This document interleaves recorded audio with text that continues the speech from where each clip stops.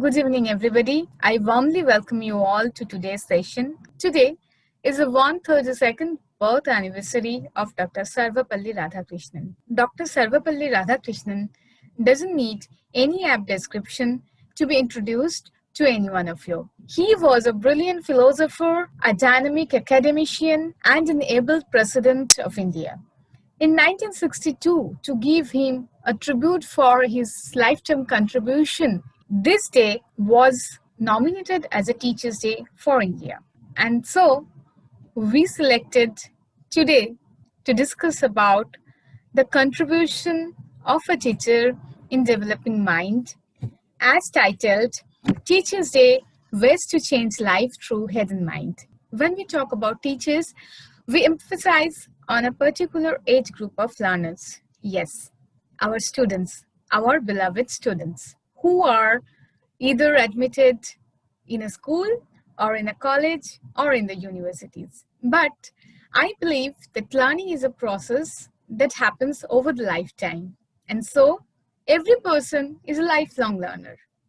Every incident in our life, day to day, changes our mind and teaches something new to us. In that way, any person who is mentoring our thought process, who is guiding us to a proper destination, is a teacher for us. So, today's discussion would be based on different perspectives of mentor-learner relationships. We will also focus here on the development of mind. Mind is formed by the dynamic interaction between the environment and the bodily physiology. So, we do not expect a child will have a well-formed mind, but over the years, that child develops a mind setup, and this mind setup is deeply nurtured by a teacher. So, before I go to the main discussion, I would first like to speak few things about mind. We all have the idea of mind. We all know that mood, mind, and our thought, these are somewhat similar to each other. If I start looking at the history of mind, the theory of mind first suggested that mind is not a part of body. There is a dualism between the bodily response and the response by our mind. Then it was little modified in the form that mind is the functional network, or mind is the functional expression of what we think. And then there was an integrated approach saying that mind and body are correlated and they are never different distinct entities. Now, if we go to the different schools of psychology, there has been also a very good attempt to address different issues of mind. And their stalwarts first used to talk about the structural component of mind that resides within the brain. And then few of them talked about that no, it is not only the structures of the brain, but the connectivity of the brain that makes the mind. And finally, Gestalt School of Psychology, they told whatever be it, whether it is a structure or it is the functional connectivity, it is a wholesome effort that we see as a mind.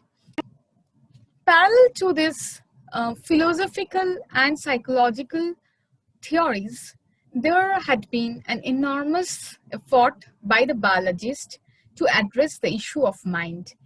During the years in 90s, late 90s, there has been different discoveries on the biological brain disorders, and with that cues of the disorders, the biologist tried to dissect the reason behind those disorders, and they finally come out with the conclusion that it is the brain cells, brain networks, brain connectivities that shape up our mind with the influence from the environment. So there is a very big factor which is called environment.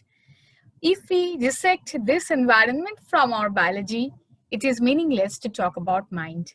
So today, with the notion that teachers play a different role, I jump to the core of this discussion, which is the interactive sessions with teachers. So at first, let's go and join the discussion for the pre-primary and primary kids by two of the experts present here. So first, I would like to know from Nabani that as we know that a child of 2 years is a very young fellow, right? And Yes. that child doesn't have an experience to be separated from their parents. So here lies a very important factor for a child, that is the separation anxiety. So this separation anxiety is a very vital factor for a healthy mind, because if we cannot go out of that fixation, the child cannot learn properly. So how do you handle this separation anxiety, and how do you handle the kids at the first day or for the first week, Nabani? And the first day is a tough day for the children and as well as for the teachers.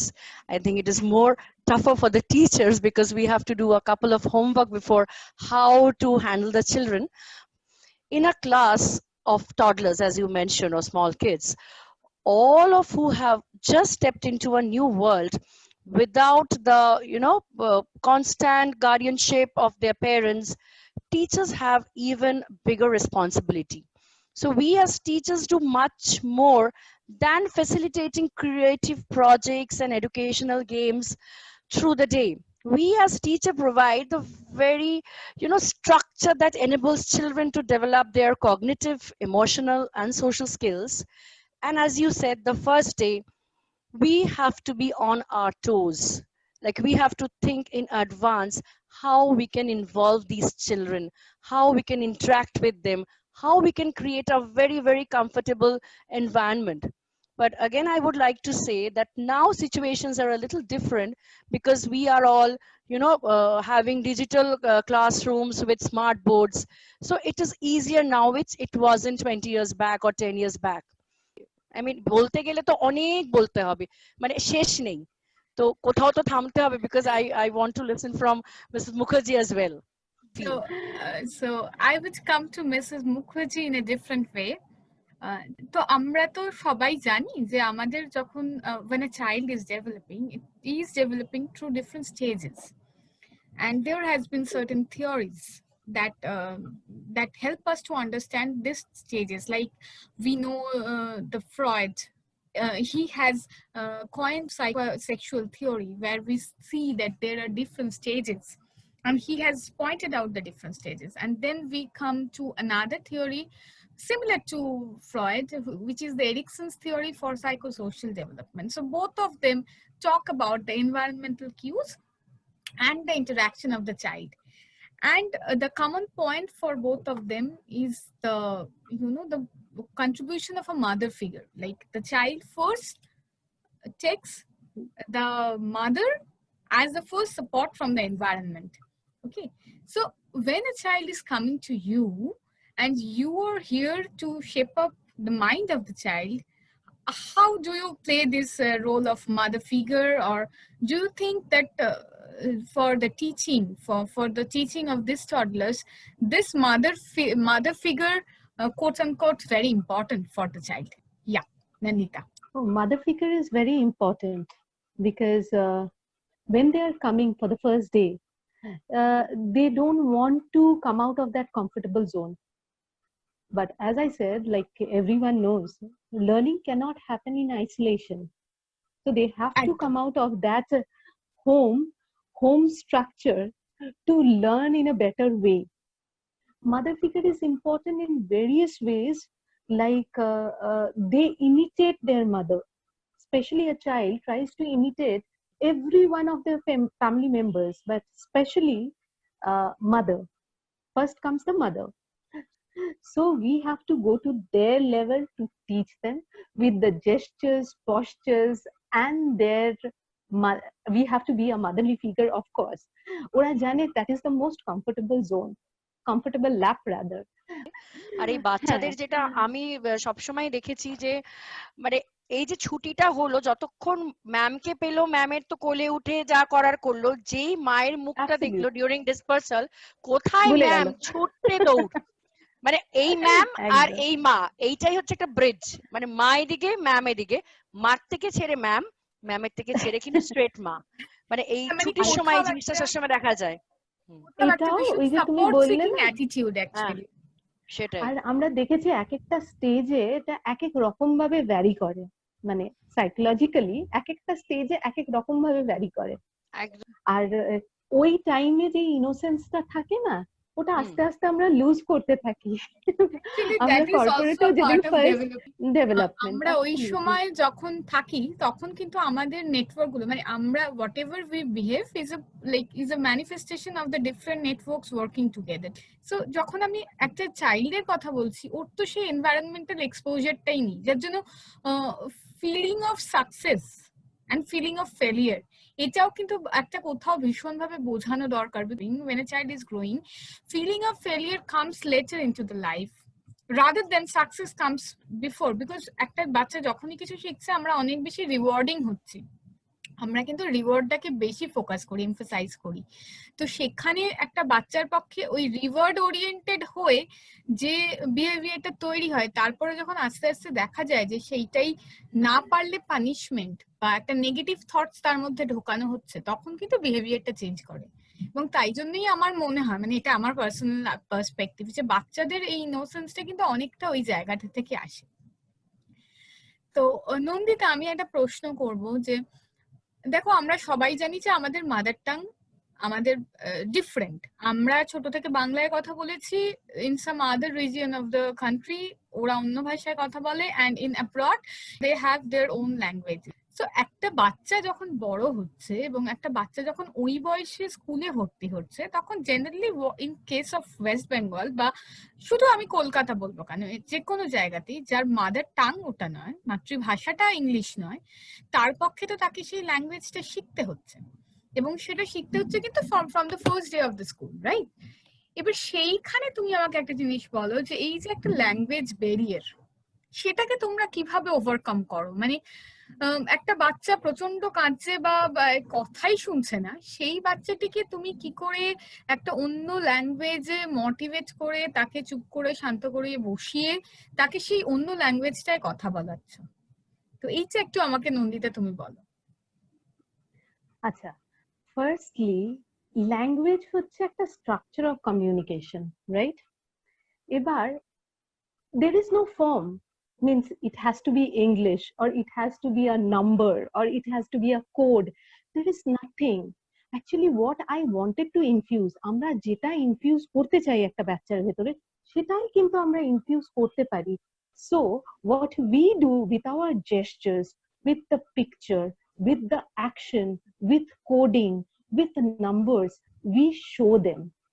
ওরা যখন প্রতিদিন এসে এক repetition শুনতে থাকে, তখন they get immune to it. Rote learning কি বলা যায় এটাকে? Rote learning to some extent?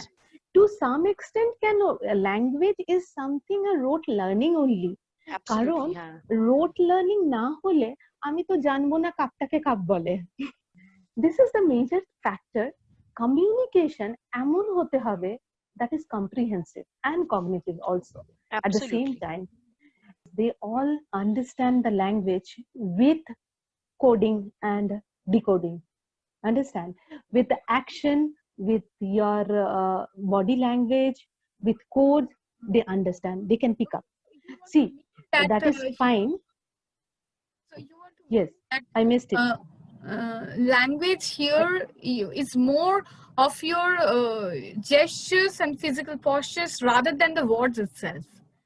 So here for you language means a visual stimuli as well, because if you are showing someone that look, this is apple, so you are giving a visual stimulus as well. But when we talk about as well, yes, so that means for the toddlers, with the words also, with the words also. So it's a kind of combination of audio and visual stimuli for the toddlers to pick up the language, right? Are you trying to say that? Okay. Yes, yes. So what do you think, like how to improve the creativity in a child's mind? Because creativity is something that also nourishes our brain, right? Absolutely. So first of all, I would like to say that, as you said, creativity. When we are a teacher of a pre-primary section, we are the most creative people in the school, you know. So as you know that children are imitators, as we already discussed, they love to imitate. So when their second mother are big creative units, you know, they learn creativity from the teachers. For example, if I would like to say creativity, like when we are making teaching aids, suppose storytelling. Okay, now we are not only reading from a book, or we are not just playing the audio visual aid and you know the story is going on. Continuously we are using our voice. That voice modulation is there. Puppets are there. Okay, puppets we are using. Suppose I want to narrate a story on you know, a thirsty crow. One puppet is ready, so the child can see that puppet in my hand as a crow. So she starts imagining that, or she starts visualizing, okay, the crow looks like this. Nowadays, as you know, everything is activity oriented. Whatever we teach them, whatever, be it letters, be it numbers, be it sensorial, we make them hands on. That is learning by doing movement. That is what we have learned during our Montessori also. Everything Absolutely. is hands on. So it is not right now that chalk and talk method. Okay, I am giving a lecture, a child of lower kg or upper kg just listening.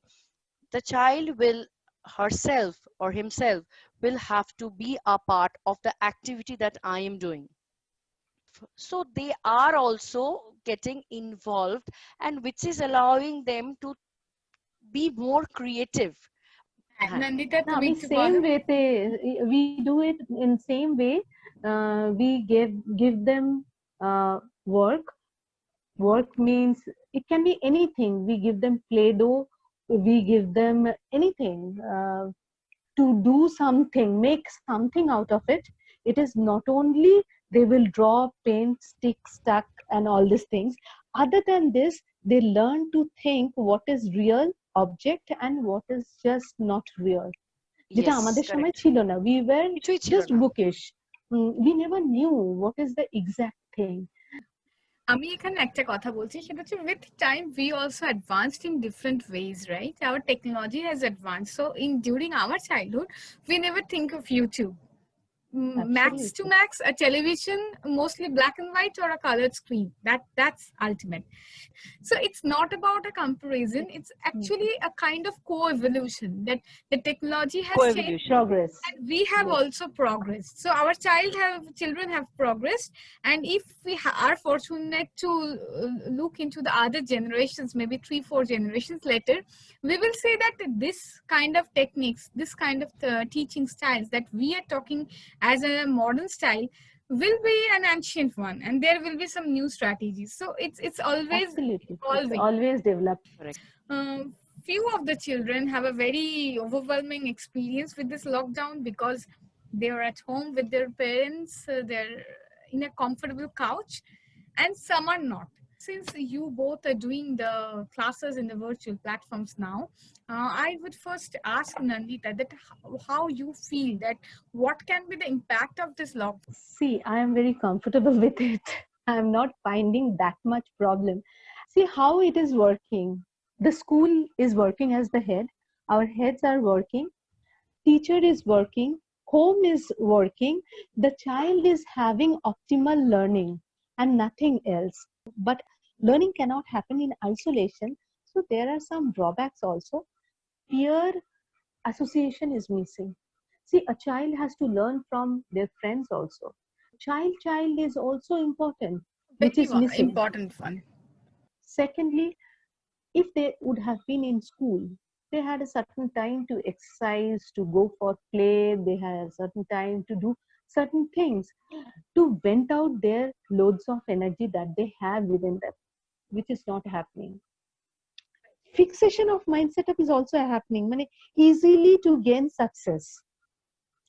এই দেখো, growth mindset আর fix mindset, আমরা কিন্তু মানে বহু সংখ্যক লোক মানি না আমরা ফিক্স মাইন্ডসেটে আছি, but we are there. Fixation of mind setup is also happening. লকডাউনের তো এই যে বাচ্চারা আইসোলেশনে পড়াশোনা করছে বা ভার্চুয়াল প্ল্যাটফর্মে করছে, এইগুলোর তো নো ডাউট, যেমন নন্দিতা বললো, যে এগুলোর অনেক পজিটিভ দিক হয়তো আছে definitely, but all of a sudden today in the morning I was thinking that the child is getting much comfortable to a homely ambience. Let's say a Absolutely. child has just started going to school, maybe a kid, so he or she has just overcome that stress that we earlier discussed, the separation anxiety. Now they have come into a deeper comfortable zone with their family members. So এই যে critical time পয়েন্টটা, যেখানে ধরো একটা বাচ্চা সবে স্কুলে যাওয়ার সাথে অ্যাকাস্টমড হয়েছিল বা কয়েকদিন ধরে যাচ্ছে, সেখানে সে আবার is back to the home ambience with his known faces and getting pampered and getting over protective environment, সেখান থেকে আবার যখন আমরা back to the school days যাব, আবার স্কুলে তারা যাবে, সেখানে কি তাও তোমাদের মনে হয় যে সেখানে তারা আবার একটা নতুন চ্যালেঞ্জ ফেস করতে চলেছে, and that challenge will be even more for you the teachers?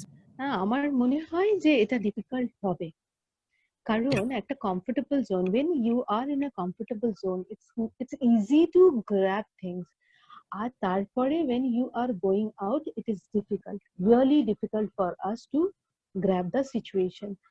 নতুন যারা স্কুলে ঢুকছে, এই বছরও তো কেউ কেউ নতুন স্কুলে ঢুকেছে, তারা তো এখনো স্কুলের অ্যাম্বিটটা দেখেনি, they have not come under the ambit of school, so they have not faced the challenge.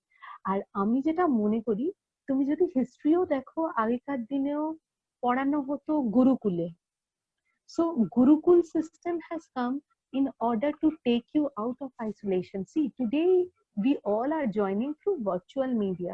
Virtual media কতটা হেল্পফুল আমরা বুঝতে পারছি, ডেফিনেটলি টেকনোলজি অনেক ফাস্ট হয়েছে, হেল্পফুল তো বটেই, কিন্তু for a child they are getting use to with this, সুতরাং এটা ডিফিকাল্ট হবে, কারণ ফার্স্টে তো লোয়ার নার্সারি ডিফিকাল্ট হবেই, আর other boys and girls in the primary section definitely they will face problem because they are already in the comfortable zone, as we all said. হ্যাঁ, এখানে আমার একটা পয়েন্ট বলার আছে, সেটা হচ্ছে যে আজকাল যে অ্যাসেসমেন্টস হচ্ছে, আমি দেখছি খেয়াল করে, সবই গুগল ফর্মে মাল্টিপল চয়েস হচ্ছে, বাচ্চারা কিন্তু মোটামুটি লিখতে ভুলে যাচ্ছে। মানে এই নিউ নর্মালটা কোথাও ডেফিনেটলি ভালো, that it is not letting us discontinue a session, but কোথাও একটা এই নিউ নর্মালটা অনেক বেশি ভাবে আমি বলবো যে একটা কমফোর্টেবল ইজি পিক আপ জোনে নিয়ে যাচ্ছে বাচ্চাদের, but we appreciate that the enormous contribution you are now giving. এই যে অনলাইন যে এই ক্লাসে যেটা শুরু হয়েছে, এটা একটা দারুণ জিনিস শুরু হয়েছে, দারুণ, সবকিছুর প্রস এন্ড কনস আছে, সবকিছুর ভালো মন্দ তো ডেফিনেটলি আছে। তো প্যারেন্টসদের জন্য আমার একটাই বক্তব্য, let us all pray to God and overcome this pandemic situation. Rest everything will be settled with time. যদি এই সিচুয়েশনটা আমরা মানে এই কোভিড-19 জিনিসটা আসার পরে যখন আমরা পড়াশোনাটাকে চালিয়ে যেতে পারছি, কোভিড-19 চলে যাওয়ার পরে আমরা ঠিক আগের জায়গায় ফিরতে পারবো। Very true message, and it's a very positive message for all of us. And with this, today we would conclude this session here. Please stay tuned for the next segments. Thank you, everybody. So from the toddler segment, we move on to our next segment, which is the teenagers segment. Here also, we will be joined by a couple of teachers who have immense experience of handling this age group. They will particularly talk about their experiences and how they handle different kind of situations. All of them adapt some different techniques to handle the similar problems. And we will also get some idea from them that how they describe the lockdown period and what are their suggestions for our students. So let's go to that segment. 5th September doctor রাধাকৃষ্ণনের জন্মদিন। তিনি নিজে সমস্ত শিক্ষককে এই দিনটা উৎসর্গ করে গেছেন, শিক্ষক দিবস হিসেবে ওই জন্য চিহ্নিত। এই দিনটাতে ডক্টর রাধাকৃষ্ণনের মতো একজন দার্শনিক তথা শিক্ষককে আমরা স্মরণ করি, এখানেই দিনটার তাৎপর্য। বর্তমানের প্রাসঙ্গিকতা যদি বলো, তাহলে বলবো আমাদের ছোটবেলায় প্রতিদিনই ছিল শিক্ষক দিবস, অন্তত আমার তাই মনে হয়। এখন অনেক রকম বিতর্ক আসে, বিতর্কের কথা আজকে বলার দিন নয়, সে প্রসঙ্গটাকে আমি এড়িয়েই যাব। তবু বলবো যে যেটুকু একটু ছাত্র শিক্ষকের মধ্যে ফাটল মাঝে মাঝে থাকে, এই দিনটা বোধহয় পূরণ করে দেয় সেটা। Teacher is a person who connects the student with the learning process. In that sense, you can call a teacher as a middleman. That means a teacher is the facilitator first, and second, he or she is a information provider. ছাত্র শিক্ষক সম্পর্কটা স্নেহ শ্রদ্ধার, স্নেহ বনাম শ্রদ্ধা। এতদিন শিক্ষকতা করতে করতে আমার এটাই মনে হয়েছে। Teacher has got a direct influence upon the mind of the students. Specifically, when your mind is getting formed, a teacher plays a very major role in that respect. That is why the major role of a teacher is to direct the student towards their goal with their spirit, which was or hitherto obscured. Now the teacher puts enough light on that and make the student realize that he is or she is a good human being. Obviously helps in acceleration of the process of self-esteem of the student, and the student feels much more comfortable towards the teacher. কোনটা করণীয়, কি করতে হবে কি করতে হবে না, এই ব্যাপারটা ওদের ধরি পড়ার মধ্যে দিয়ে। একটু মূল্যবোধের কথা আর কি আমি শেখাই, যেটা এটা আমি একান্তই আমার কথা বলছি। আমি সাহিত্য পড়াই। সাহিত্য পড়াতে গিয়ে বিভিন্ন গল্প কবিতা মধ্যে দিয়ে ওদের একটু আমি বুঝিয়ে দিই যে এটা এটা ঠিক, এটা ঠিক নয়। সাহিত্য পড়াতে গেলে তো বিভিন্ন উদাহরণ আনতে হয়। আমি একটা ওদের জীবনেরই, ওরা যেটা করছে সেই ঘটনাটাই হয়তো তুলে নিয়ে এসে বললাম যে এই যেমন তোমরা এটা করছো, ঠিক সেই জিনিসটাই এখানে রয়েছে, বা এর বিপরীতটা এখানে রয়েছে। সেক্ষেত্রে ওরা নিজেদের জীবনটাকে মিলিয়ে নিতে পারলে, জীবনের সঙ্গে মিলিয়ে নিতে পারলে পড়াটাও শেখে ভালো, আর নিজের জীবনে মূল্যবোধটা শেখে বলেই আমার মনে হয়। In adolescent group, the problem resides on the ground of the students, and the majority of that problems are mainly psychological. Here in this age group, a student performs lots of activities which are mainly directed by different types of adolescent hormones. Now these hormones are chemical substances which are synthesized within their cells, and they provide some new signals to the students. On the basis of this, the student performs lots of activities which were hitherto unknown for them. All of a sudden, they discovered themselves a new person, a new human being, and these may lead to the problem. Some of the student can feel good, much more comfortable than previous, but some of the student can think that what he or she is doing is obscene. In those cases where the student feels like that, he or she may be shattered by the society. Here comes the teacher. The first responsibility of the teacher here is to shape the mind of the student and give the student the impetus for feeling better. ধরো আমার ছাত্রছাত্রীদের বয়স 12 থেকে 18-19, একেবারেই বেড়ে ওঠার সময় ওদের। আর এই সময়টা নানা মানসিক ঘাত প্রতিঘাতের মধ্যে দিয়ে ওরা যায়। সেগুলো বিভিন্নভাবে আমি সামলানোর চেষ্টা করি। যখন জানতে পারি একটা সামলানোর পরিস্থিতি আমার আমার নামা দরকার, সেক্ষেত্রে আমি নিশ্চয়ই কাজ করি। যেমন ধরো একবার আমার এক ছাত্রী মানে অন্য স্কুল থেকে 9-এ এসে ভর্তি হলো। সেই স্কুলে সে ফার্স্ট হতো, এই স্কুলে এসে প্রথম পরীক্ষায় সে ফার্স্ট হয়নি, এবং তার স্কুলের আরও ছেলে মেয়ে এসেছিল যারা এখানে জানিয়ে দিয়েছে যে সে ফার্স্ট হতো। প্রথম পরীক্ষাটায় সে যখন ফার্স্ট হলো না, তখন ক্লাসেরই অন্য কোনো ছেলে তাকে এমন কিছু কথা বলেছে তাতে তার মনে ভীষণ আঘাত লেগেছে, এবং পরের পরীক্ষাটায়, দ্বিতীয় পরীক্ষাটায় আমি ব্যাপারটা জানতে পারলাম। এমনিতে মেয়েটাকে একটু দেখেছিলাম নার্ভাস ধরনের, তো দ্বিতীয় পরীক্ষার আমি যেটা দেখলাম যে ও জানালো, ও বলতে ওর মা এসে জানালো যে ও অঙ্ক পরীক্ষায় নাকি কিছু লিখতে পারেনি। অঙ্ক কিছু লিখতে পারেনি শুনে আমি একটু অবাক হলাম, কারণ মেয়েটি পড়াশোনায় ভালো সেটা তো বুঝতে পারছি, হয়তো ফার্স্ট হয়নি কিন্তু খারাপ রেজাল্ট তো করেনি।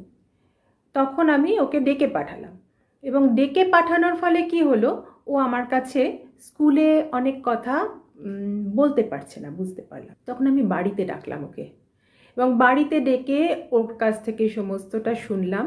ও নাকি অঙ্ক পরীক্ষাটা দিয়েছে, কি দিয়েছে ও বুঝতে পারছে না, ওর মনে নেই ও অঙ্ক করেছে কিনা, ওর মনে হচ্ছে ও কিছু করেনি। তখন আমি ওকে একটা কথাই বললাম যে ফার্স্ট হওয়াটা আগে না তুমি ভালো করাটা আগে। এই বলে ওকে আমি আমার বাড়িতে অন্তত 2-3 ঘন্টা করে দুদিন সময় দিয়েছিলাম। ও এসেছিল, ডেকেছিলাম, এসেছিল, এবং ওর গার্জিয়ান খুব গ্ল্যাডলি এটা অ্যাকসেপ্ট করেছিলেন, সেই জন্যই আমি সেটা পেরেছি করতে। তো ওকে আমি বুঝিয়ে জিনিসটাকে যে কি কি করণীয়, যে ফার্স্টের পেছনে না দৌড়ে তুমি তোমার সেরাটা দাও, এটা ওকে বুঝিয়ে। এবং এর ফল কি হয়েছিল জানো, মেয়েটা সেবার তো ভালো রেজাল্ট করেই ছিল, আর ওই অঙ্কে ও কিছু করতে পারেনি তা কিন্তু নয়, অঙ্ক করেছিল, ওর মনে ছিল না, মানে এতটাই ওর মধ্যে এটা একটা আঘাত তৈরি করেছিল। এবং সে মেয়েটি এটা রিকভার করে, হ্যাঁ ডাক্তারের সাহায্য তো একটু নিতে হয়েছিলই অবশ্যই, এবং ও সেটা রিকভার করে এবং MSc পাশ করে চাকরিও করেছে, এবং সে এখন বিদেশে সেটেলড। আরেকটি মেয়ের কথা বলি, যে সে মেয়েটি একদম আমি দেখেছি কাদামাটির তাল, আমার মনে হয়েছে কথা বলে, যে একদম মানে ইনোসেন্ট পুরোপুরি ক্লাস 11-এর স্টুডেন্ট, যে 11-এর ম্যাচুরিটি যেটা থাকা দরকার সেটা তার মধ্যে নেই। সে মেয়েটিকে তার বন্ধু বিপথে নিয়ে যাওয়ার চেষ্টা করছে, বন্ধু বাড়িতে এসে ঢুকছে, এবং একাকিত্ব ছিল মেয়েটির মা চাকরি করতেন, বাবা চাকরি করতেন, বাবা বাইরে থাকতেন, সব কিছু মিলিয়ে ওকে বন্ধু বাড়িতে ওকে গ্রাস করছে আমার মনে হয়েছে। তো তাকে আমি সময় দিয়ে দেখেছি, আস্তে আস্তে সে বন্ধুর সঙ্গ ত্যাগ করে আমার সঙ্গটাই বেশি চাইছে, বেশি সময় আমার সঙ্গে কাটালে সে ভালো থাকছে, এবং ওই আস্তে আস্তে পড়াশোনা বলো, সমস্ত কিছু যেটা সে ডিটোরিয়েট করছিল, যেটা থেকে সে নেমে যাচ্ছিল, সেখান থেকে সে কিন্তু আজকে PhD করছে।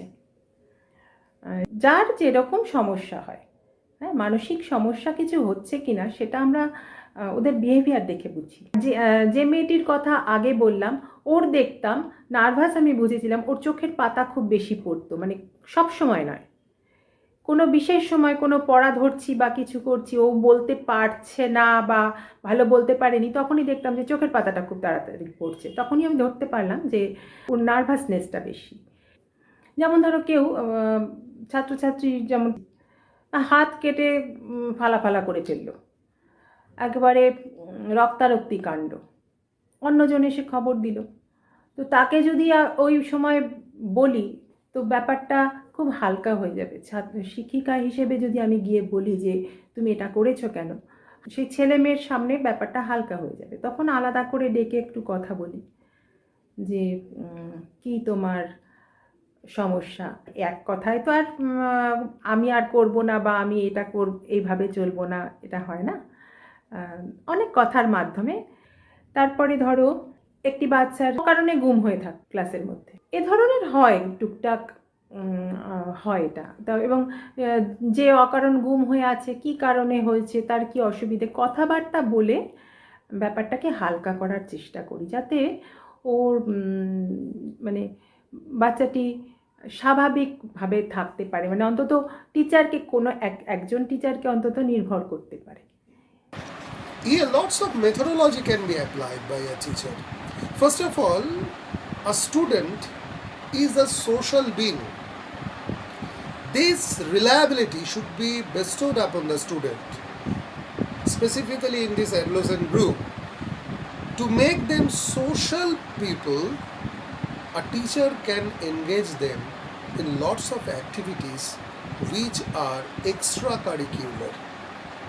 Serving curriculum is good, but extracurricular activities are also equally important. Making engage themselves in different types of peer group activities actually will help the student in feeling social being, which ultimately increase their self-respect, mutual respect, self-reliance, and at the same time they feel proud. I also learn lots of things from them. Togetherly they can create a huge world which we cannot imagine. আমি এই ব্যাপারটা না involve হয়ে যাই, মানে ব্যক্তিগত স্তরেও এসে যায় যখন গার্জিয়ান চান। আমাদের কিন্তু এটা একটা বাধা আছে জানো, যে গার্জিয়ান যদি না চান আমরা কিন্তু এগোতে পারি না। কতদূর পর্যন্ত এগোতে পারবো সেটা কিন্তু একটা আমাদের ভাবতে হয়। কোনো গার্জিয়ান চান যে হ্যাঁ আমরা পুরোপুরি ইনভলভ হই, আবার কখনো গার্জিয়ান চান না যে আমরা ইনভলভ হই, সেক্ষেত্রে আমরা এগোতে পারি না।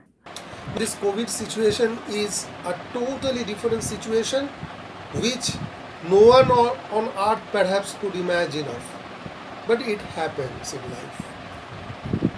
We often do not know, we feel ourselves totally in the labyrinth, how to react with that. COVID situation is similar, that type of situation, there is no doubt of that. But I will urge my students, all the students who are listening this program, to see the problem in a different perspective, to analyze the different potentialities which are underneath of this situation. For example, you are all in your family, so it is the best time of your life perhaps. Then you are not going to the school, so you are provided with lots of time to do your work. Engage yourselves in different types of other curricular works which are not related with your studies. Lots of things which are equally important in life along with studies can be done in this plenty of time, and this huge amount of free time will make you disciplined at the same time. Utilize your time properly along with your studies, do lots of other activities, so that will give you enough free space on your life, and you will be observing you in a better position in future if you manage this time properly, and at the same time keep yourself safe from the virus. This is very much important. Best of luck. A very sincere thank to the speakers who have nicely described the different difficulties and the different positive sides of this age group. They have actually pointed out on some valuable factors that are quintessential part of the development of this age group. So concerning those factors, I would like to add on some of my experiences or some of my knowledges with you. So first I will point out to what Ms. Moushumi Goswami has told us about that young girl who forgets what she has written in her maths exam. So this is a kind of temporary loss of memory, which is very common for anxiety disorders. Now, I would not say that it was an anxiety disorder, but it was a manifestation of a severe anxiety. When we feel anxious or when we feel tense, so there are certain parts of our brain that hold sway over the other parts. And for that reason, when the memory formation, which takes a particular attention network to process the information, is subsided by the other network, which is a default mode network that is much more activated during anxiety. And we always feel preoccupied with certain thoughts and certain factors that lead us to some uncomfortable situation. So this is a very common example, and this happens during the adolescent's life. And she has also mentioned a very good thing, that that family took help from a doctor. So that is a very important thing, that if you feel that there is a reasonable discomfort within you, you should consult a doctor the same way you consult it for your physical problems. Next, she mentioned again about a very important thing, that is loneliness. Yes, loneliness is a very prime factor in this age group that can lead to different kind of problems in a student's life. First of all, loneliness makes the students feel abandoned. That is, no one cares for them. So this is a very challenging time when a person, especially in this age group, when a student feels that she is not getting or he is not getting the proper attention what the others of his or her age group is having. That is a very crucial point, and we need to remember that the student is not feeling lonely and he is getting the peer support from the parents, from the family members. Now, Mr. Atanu Mukherjee has pointed out one very important tool to deal with the adolescence problem, that is socialization and nurturing creativity. So we all are social beings, and we develop with the interaction of social cues. So when we understand that we have a social responsibility, we live not only for us, but also for the others, and whatever we do has an impact on the others. So this social responsibility is very important, and these circuits develop very slowly during this adolescence. So often they are perturbed by different signals altogether, and they behave differently, but they finally grow as an adult through these changes. So please balance your cares and the rules you set for them.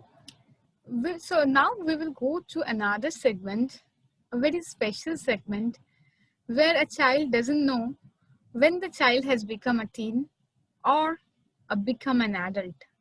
Because here in this group, an adult also behaves like a child. I'm talking about a group of children, a group of teens, a group of adults. All of them are specially abled. So let's move to that segment. And here I will be joined by a special educator who is serving day and night to these children, to these teens. She will also talk about the difficulties she is having now during the lockdown, and very special messages for this very special group. We will begin this session with a small story, and this story has been written by the educator herself regarding her experience in interacting with a specially able child. Later on, we will be joined by the special educator herself. Stay tuned. আমার গল্প ফুল রোদ। সেদিন সকাল থেকেই আকাশ পরন শাড়ি পরে নাচতে লেগেছিল মেয়েটা। বইপত্র, রং পেন্সিল সব ফেলে সে মেয়ের নাচ খালি নাচ। বুদ্ধি সাধারণের থেকে অনেক কম। আজকের পড়া কালকে ভোলে, কথা অস্পষ্ট। সে যে কথা বলছে মুখের কাছে কান না নিয়ে গেলে আপনি বুঝতেই পারবেন না। ডাক্তার বলেছেন ডিলেড লার্নিং প্রবলেম, তার সাথে আছে ডাউন সিনড্রোম।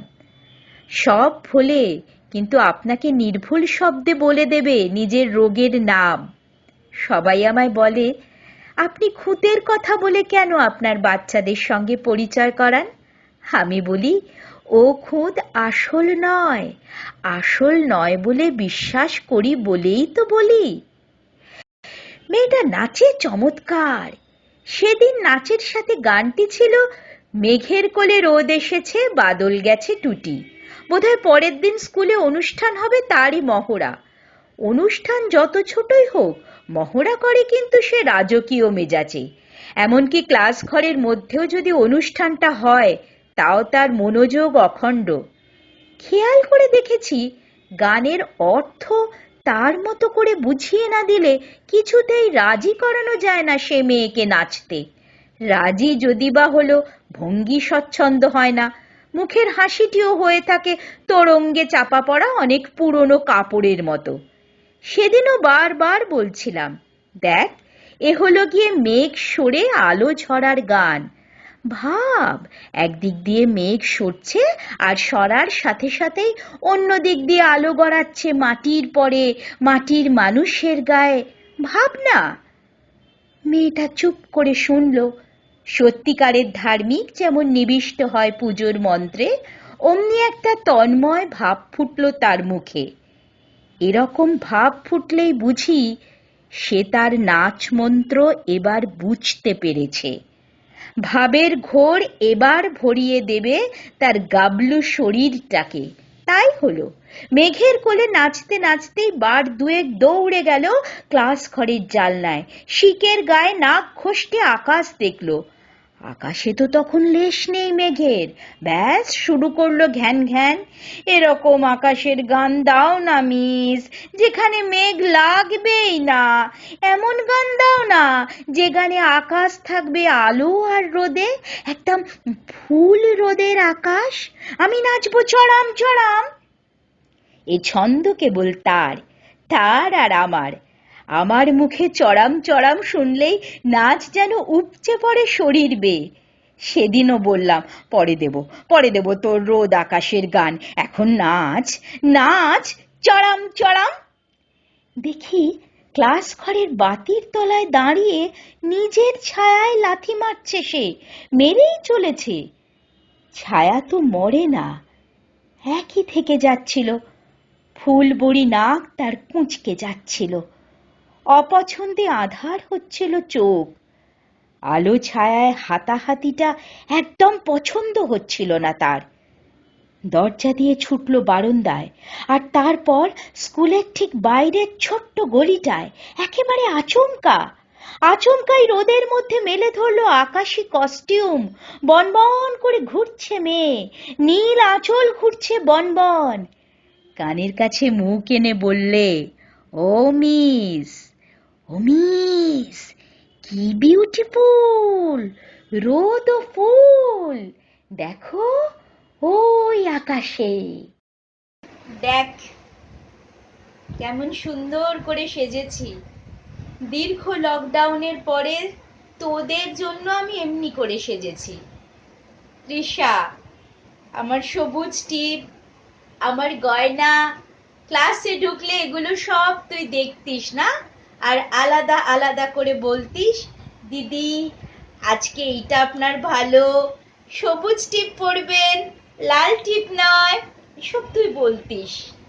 আর অরিজিৎ, একদিন ঘুমের ওষুধ খেয়ে ক্লাসে আমি ঢুলছিলাম, মাথাটা আমার হয়ে যাচ্ছিল, তুই কি করেছিলি? একটা স্কেল দিয়ে আমার মাথার সঙ্গে মাটিটা সেট করে দিয়েছিলি, যাতে আমার মাথাটা স্কেলের ওপর রেস্টে থাকে আর স্যার যেন আমাকে বকতে না পারে। কেমন তো? আমার সব মনে আছে, সবার সব কথা মনে আছে। তাই এই প্রথমবার তোদের জন্য আজকে শিক্ষক দিবসে, আমাদের টিচার্স ডেতে কত আনন্দ হতো, শিক্ষক দিবসে আমি এত সেজে এসেছি। যেরকম সাজটা দেখলে তোরা আনন্দে লাফিয়ে পড়তিস, আর না সেজে গেলেই মুখটা গোমরা করে রাখতিস। বাবা মায়েরা, একটু আগে যে গল্পটা শুনলেন এবং এখন যে কথাগুলো বললাম, তাতে নিশ্চয়ই বুঝতে পারছেন আমি কোন ধরনের বাচ্চাদের নিয়ে কথা বলছি। ডিফারেন্টলি এবল চাইল্ড, একটু বিশেষভাবে সক্ষম চাইল্ড, যাদের কোনো না কোনো ইন্দ্রিয় ঘটিত একটা সেন্সরি ডিপ্রাইভেশন রয়েছে, অথচ তারা অন্য কোনো দিকে তাদের প্রতিভাকে কাজে লাগাতে পারে। অনেকে বলে আপনি স্ট্রেট ওয়ে কেন ডিসেবলড বলে দেন, কেন ওদের খুঁতগুলো দিয়ে পরিচয় করান? আমি করাই, আমার বাচ্চা তো। আমি খুঁতগুলোকে তো আসল মনে করি না, আমি পজিটিভ দিকটাকে ঠিক দিক মনে করি, নেগেটিভ দিকটাকে আমি দিকই মনে করি না। তাহলে নেগেটিভ শব্দটা নিয়ে আমার কোনো তোলপাড়ও হয় না। আসল নয় মনে করি বলেই তো আমি খুঁতগুলোর কথাও বলি। এইবারেতে আমি প্রথম কৃতজ্ঞতা জানাচ্ছি ডক্টর শুভমিতা মৈত্রকে, যিনি থাইল্যান্ডে মাহিদুল বিশ্ববিদ্যালয়ে জীববিদ্যার একজন বিজ্ঞানী এবং গবেষণা করছেন। তার প্রজেক্ট হচ্ছে the role of a teacher in the development of mind. শিশুর মনের বিকাশের ক্ষেত্রে একজন শিক্ষিকার কি ভূমিকা। প্রথম ভূমিকা শিক্ষিকা, আমি আমার বিশ্বাস মতো বলছি, শিক্ষিকা হলো দ্বিতীয় মা, মায়ের ভূমিকা।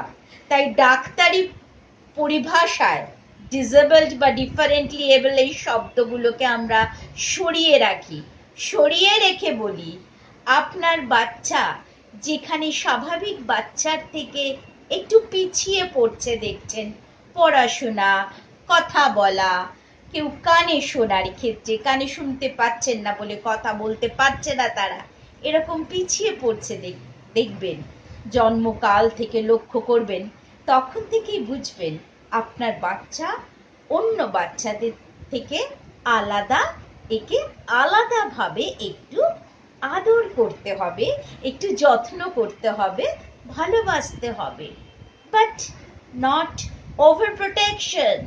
অতিরিক্ত কেয়ার বাচ্চাদের ক্ষেত্রে ভীষণ ক্ষতি করে। শুভমিতা আমাকে দ্বিতীয় প্রশ্নটা বলেছিলেন, এদের সামাজিকীকরণ কতটা কাজে দেয় অথবা কাজে দেয় না। এই যে বললাম ওভার প্রোটেকশন কতটা ক্ষতি করতে পারে একটা বাচ্চার ক্ষেত্রে, আগে নেগেটিভ দিকটা বলি। সামাজিকীকরণ বলতে এখনকার বাবা মারা বারবারই ভাবছেন একটা ডিফারেন্টলি এবল বাচ্চাকে একটা নর্মাল স্কুলে ভর্তি করে দিই, সে নর্মাল হয়ে উঠুক। পজিটিভ হওয়ার অর্থ কিন্তু বাস্তবকে অস্বীকার করা নয়। আপনি বাস্তবভাবে আগে মেনে নেবেন আপনার বাচ্চা অন্য বাচ্চার থেকে আলাদা। আমরা মেনে নিয়েছি তো, আমি মেনে নিয়েছি তো, এতগুলো বাচ্চা আমার রয়েছে, তারা অন্যদের থেকে আলাদা বাপু, আমি বাপু এদের একটু বেশি ভালোবাসি, একটু বেশি অন্যরকম ভাবে খেয়াল রাখি। কখনোই একটি ডিফারেন্টলি এবল বাচ্চার উপরে জোর করে সামাজিকীকরণ চাপানো উচিত নয়। কখনো নিজের মনে করা উচিত নয় আমার বাচ্চাটা একদম নর্মাল। বাস্তবকে আগে স্বীকার করুন, তবে আপনি পজিটিভিটির দিকে যেতে পারবেন। আগে বিশ্বাস করুন আমার বাচ্চা ডিফারেন্টলি এবল, এ একটু ব্যতিক্রমী বাচ্চা, একে নর্মাল স্কুলে পাঠালে চলবে না।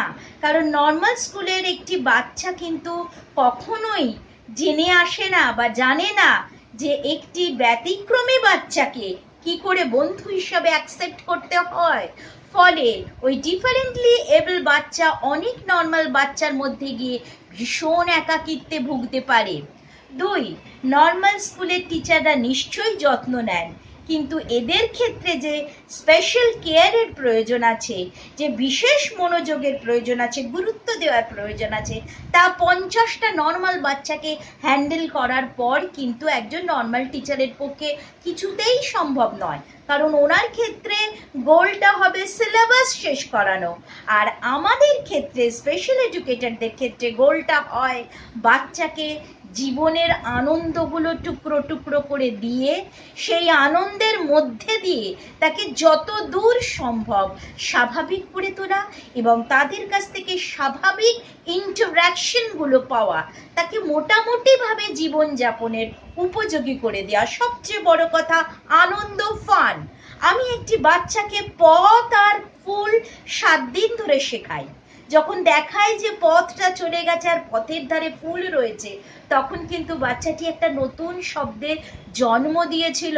ওই তৃষা বলে যে মেয়েটির কথা বললাম, সে বলেছিল পথফুল, অথচ নর্মাল স্কুলে গেলে বই থেকে ওরা লিখে দেবে পথের ফুল। এই কাব্যের শব্দ কিন্তু জন্মাবে না। আমরাও ছোটবেলায় লিখে দিতাম পথের ফুল, পথে ফুটে রয়েছে ফুল। এ কিন্তু ডিফারেন্টলি এবেল বলেই আর ডিফারেন্টলি ট্রেনিং এর ফলে বা ডিফারেন্টলি আমরা শেখাবার প্রসেসটার জন্যই লিখলো পথফুল। লকডাউনে আমাদের বাচ্চারা খুব খারাপ আছে, কারণ নর্মাল বাচ্চা একটা মোবাইলের সামনে স্থির হয়ে পড়াশোনা করছে, এক্ষেত্রেও পড়াশোনাটাই তার আলটিমেট গোল। কিন্তু একটা ডিফারেন্টলি এবল বাচ্চার কাছে স্কুলটা হচ্ছে ফান, আনন্দের জায়গা, মজার জায়গা এবং আমাদের পারস্পরিক ভালোবাসার জায়গা। সেই জায়গাটা তারা পাচ্ছে না, ফলে ভীষণ সেলফ ডিস্ট্রাকটিভ টেন্ডেন্সি দেখা যাচ্ছে, নিজেকে আহত করছে, কিছুতেই ঘরে থাকতে চাইছে না, বিশেষ করে শহরে। গ্রামে এটা অনেক সোজা, সোজা কথায় গ্রামের বাবা মারা বাচ্চাদের মাঠে ঘাটে নিয়ে যান, গাছপালা দেখান, মাঠে নিয়ে গিয়ে গল্প করুন, হাওয়া খাওয়ান, অনেক ভালো থাকবে, সুস্থ থাকবে, যতদিন না এই মোবাইল এডুকেশনে এরা ওয়াকিবহাল হচ্ছে বা মোবাইল দিতে কিনতে আমরা সমর্থ হচ্ছি। আর শহরের বাবা মারা গল্প বলুন, গল্প বলুন, আমার মতো করে মাঝে মাঝে সুন্দর করে সাজুন। ওরা খুব খেতে ভালোবাসে, যারা খেতে ভালোবাসে ভালো ভালো খাবার রান্না করে দিন আর গল্প বলুন। হারে রে রে রে রে রে রে বলে ডাকাতের গল্প বলুন। প্রত্যেক দিন আপনার গল্প বলার আঙ্গিকটাকে পাল্টে দিন, পাল্টে দিন, নতুন নতুন উপাদান দিন, যাতে ও কিছুতেই বোর না ফিল করে। কারণ একবার যদি ও বোর ফিল করতে থাকে জীবনে, তাহলে পরবর্তীকালে একটা নর্মাল বাচ্চাকে স্কুলিং সিস্টেমে আনা যাবে, ওকে কিন্তু আনা যাবে না। ও যতক্ষণ না স্কুলকে অ্যাকসেপ্ট করবে, ততক্ষণ আমরাও তাদের অ্যাকসেপ্ট করতে পারবো না। এটাই একটা নর্মাল বাচ্চার সঙ্গে একটা ডিফারেন্টলি এবল বাচ্চার লকডাউন জনিত সমস্যার ভাইটাল প্রবলেম।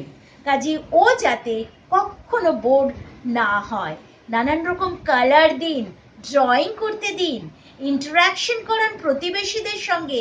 সেই সব বাচ্চা তো ওকে দীর্ঘকাল ধরে দেখছে। আপনার নর্মাল যে নিজের বাচ্চা আছে তাকে বলুন বেশি করে ভাই বোনদের সময় দিতে। কিন্তু স্কুলে নর্মাল একটা অচেনা স্কুলে পাঠিয়ে সামাজিকীকরণ হয় না। আমার অধ্যক্ষ অতনু ঘোষ মশাই একবার এনভায়রনমেন্টাল ট্রেনিং এ নিয়ে গিয়েছিলেন, খুব ভোরবেলায় মাঠের মধ্যে সূর্য দেখিয়ে আর ডিমের কুসুম দেখিয়ে বলেছিলাম, এখন সূর্যটা উঠছে, ওর রংটা ডিমের কুসুমের মতো। এইটা আমরা দেখিয়েছিলাম।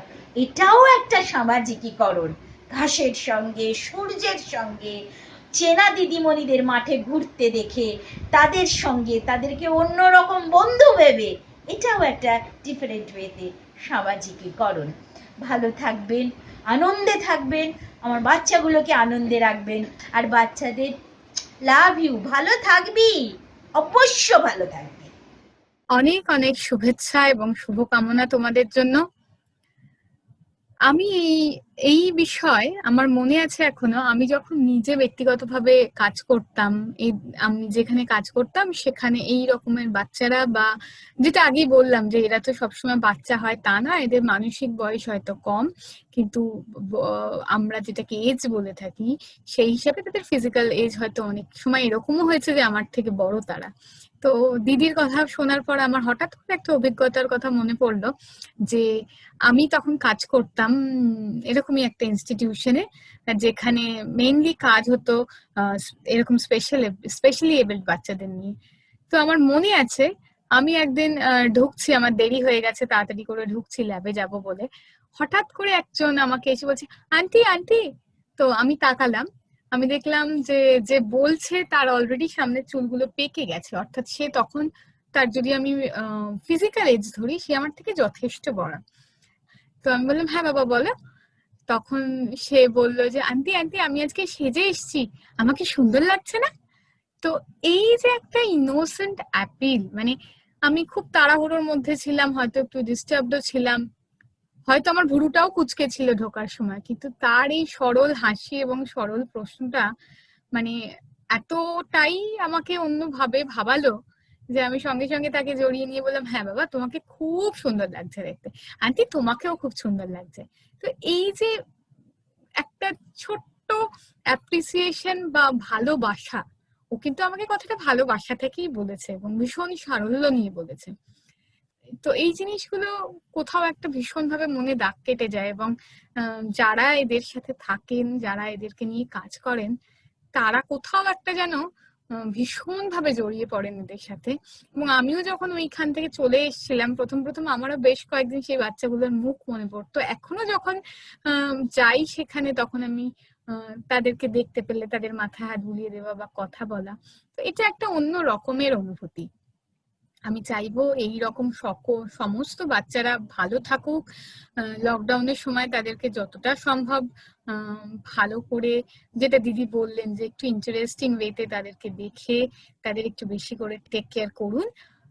আর এর সাথে সাথে আমরা চলে যাই এবার একটা অন্য এজ গ্রুপে, টেকনিক্যালি যারা অ্যাডাল্ট কিন্তু স্টুডেন্ট, অর্থাৎ কলেজ গোয়ার এবং যারা ইউনিভার্সিটিতে পড়ে। So this is the age group where suddenly they have been given a little liberty. They do not need a dress code. They can skip some classes if they want, but at the end of the day, they have to score well. So this is a kind of freedom as well as an added burden to them. And at this time, they have a very career-oriented goal in their mind. So beside this partial liberty and a kind of adult feeling, they also need to focus on their studies and their career. So now we would listen from a couple of expert professors who have been dealing this age group since long. Let's go to that segment. 2020 শিক্ষক দিবস উপলক্ষে ছাত্র শিক্ষক সম্পর্ক বিষয়ে কিছু কথা বলার সুযোগ পেয়ে আমি ধন্য। বিশিষ্ট শিক্ষকের দ্বারা শিক্ষা গ্রহণ যা মাত্র পুঁথিগত বিদ্যা দেয়নি, শিখিয়েছে একদিকে দর্শনের বিচার সমৃদ্ধ তত্ত্ব অনুধাবন ও প্রয়োগ, অন্যদিকে মানবিকতার সাথে ছাত্রছাত্রীকে সার্বিকভাবে গড়ে তোলার প্রয়াস। তাছাড়া বহু সংখ্যক প্রতিষ্ঠানে পাঠদানের সুযোগ লাভ করায় বিভিন্ন স্তরে ছাত্রছাত্রীদের পাঠদানের সুযোগ হয়েছে। কর্মজীবন শুরু হয়েছে, অধ্যাপনা জীবন শুরু হয়েছে সুদূর মফস্বলের প্রত্যন্ত অঞ্চলের একটি মহাবিদ্যালয় থেকে।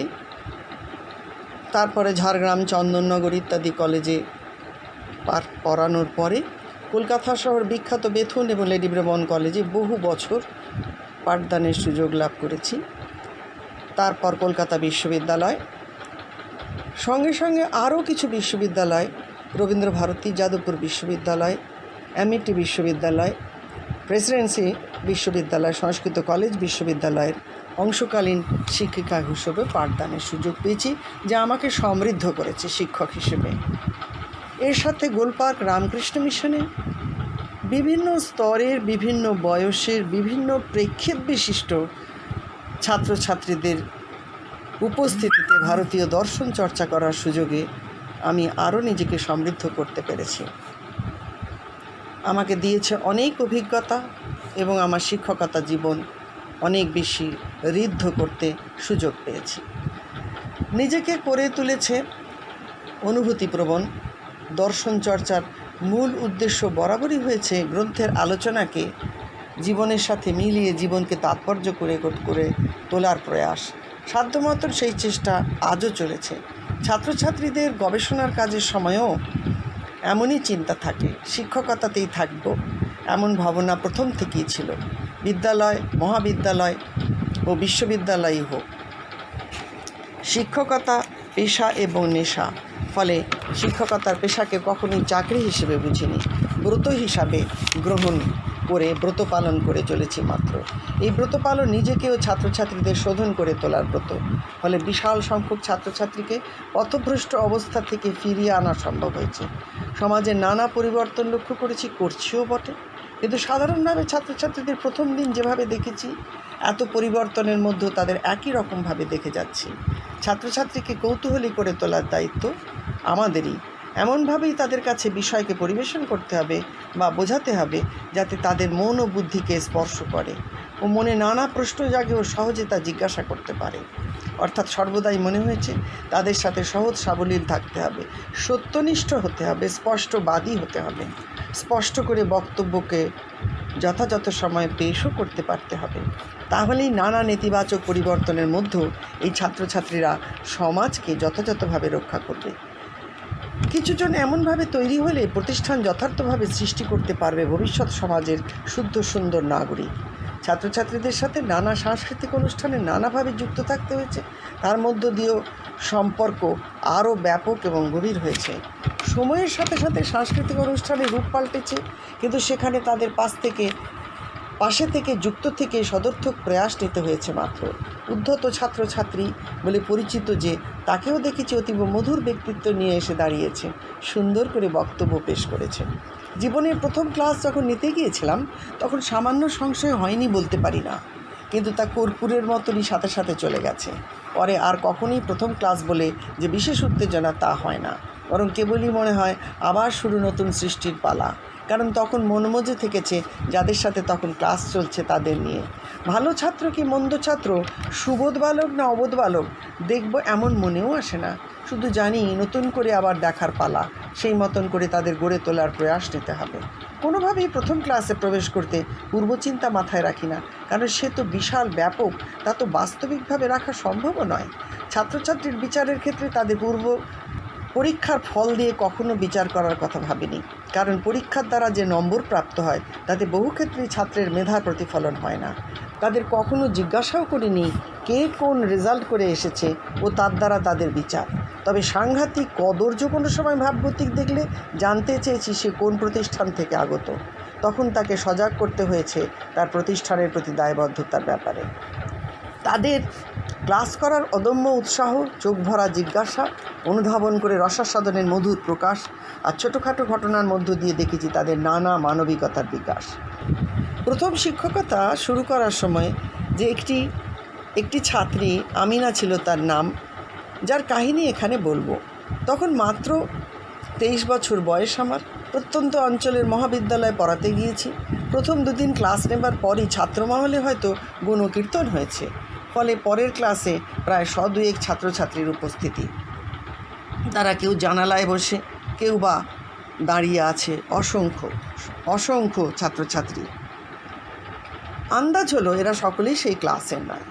তথাপি সেটাকে গ্রাহ্য না করে পড়ানো শুরু হলো এবং তারা নিবিষ্ট মনে শুনতেও লাগলো।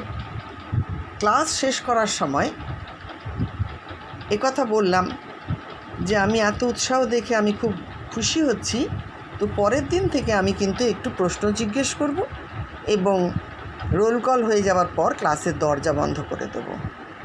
পরের দিন ক্লাসে ঢুকে দেখি ক্লাস তো তার নিজস্ব স্বভাবে রয়েছে, অর্থাৎ পূর্ণ ক্লাস, দাঁড়ানো বা জানলায় বসা দৃশ্য আর দেখতে পেলাম না। ক্লাস শুরু হয়ে গেল, পড়ানোও শুরু হয়ে গেছে, দরজাও বন্ধ হয়ে গেছে। এমন সময় একটি মেয়ে এসে করাঘাত খোলবার জন্য অনুরোধ, কিন্তু তাতে দরজা খোলা গেল না। ক্লাস নিয়ে যখন বেরোবো সেই সময়তে দরজা খোলা মাত্র দেখি একজন গাছ পড়ে যাওয়ার মতো করে একজন পড়ে গেল পায়ের ওপরে। চিৎকার করে কান্নাকাটি। তার বক্তব্য, সে বলে যাচ্ছে, ম্যাডাম আপনি আমাকে একটু ঢুকতে দিলেন না, আমি যে 4 মাইল রাস্তা দৌড়ে দৌড়ে আসছি ম্যাডাম। মাকে সকাল থেকে বলেছি যে আজকে আমি ঘুঁটেটা দেব না, কালকে দেব মা, আজকে আমার ইউসি ম্যামের ক্লাসটা চলে যাবে, তুমি আমায় আজকে ছেড়ে দাও মা।